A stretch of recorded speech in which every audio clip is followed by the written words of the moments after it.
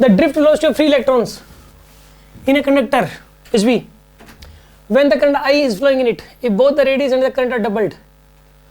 Radius को भी double कर दिया और करंट को भी डबल कर दिया, ड्रिफ्ट वेलोसिटी। सुन आप, एक वायर है, जैसे ये बैटरी है, ये इसके यहाँ पे इसको मैग्नीफाई कर दो, वायर को मैग्नीफाई कर दिया तो इसमें से करंट जाएगा ऐसे, ठीक, आएगा करंट जाएगा, और ड्रिफ्ट वेलोसिटी मान लो वीडी होगी इलेक्ट्रॉन्स की इस केस में। तो इसमें एक रिलेशन होता है I इक्वल्स टू NeAVD, ठीक है, ये I फॉर करंट, ठीक है, क्रॉस सेक्शन एरिया में से पर सेकंड कितना चार्ज आ रहा है, N for a number of free electrons per unit volume, ये गिवन होगा एग्जाम के अंदर, एक यूनिट वॉल्यूम में नंबर ऑफ फ्री इलेक्ट्रॉन्स कितने होते हैं, E for charge of electron, A for wire का क्रॉस सेक्शनल एरिया और VD फॉर ड्रिफ्ट वेलोसिटी। ये एक रिलेशन है करंट एंड ड्रिफ्ट वेलोसिटी में, एंड यहाँ पे number of electrons, free electrons per unit volume है। ये कॉपर के अंदर होता है 10⁻²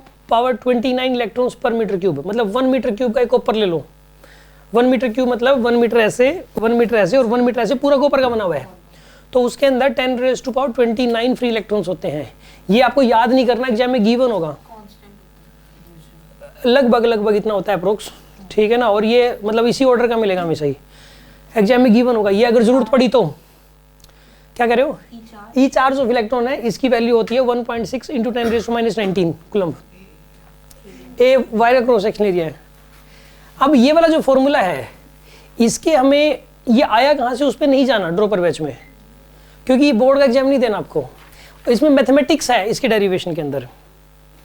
जिस डेरिवेशन में कॉन्सेप्चुअल चीज़ें हैं वो तो मैं बता ही देता हूँ आपको, इसका डेरिवेशन आप खुद रिसर्च करोगे, खुद पढ़ोगे, कहीं समझने की कोशिश करोगे तो आपको पता लगेगा कि मैथ्स है इसमें। तो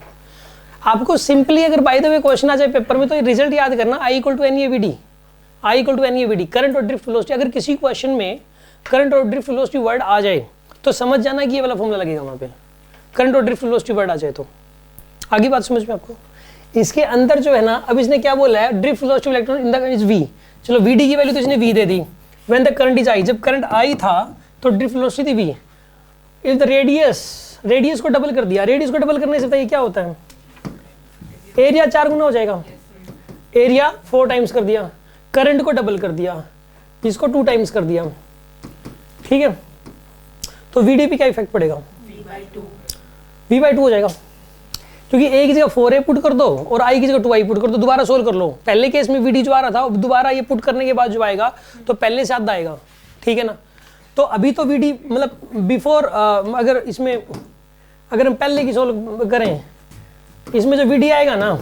ये आएगा I/में NeA आएगा, ये आएगा VD, ठीक है। और अगर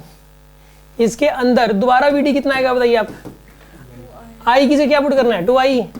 और A की जगह क्या पुट करना है 4A, तो देखो 1/2 टाइम्स ऑफ V आ रहा है, इस वाली वैल्यू का 1/2 टाइम्स आ रहा है, तो V/2 आएगा। बात समझ आ गई आपको, ये इसको डाउट है किसी के मन में?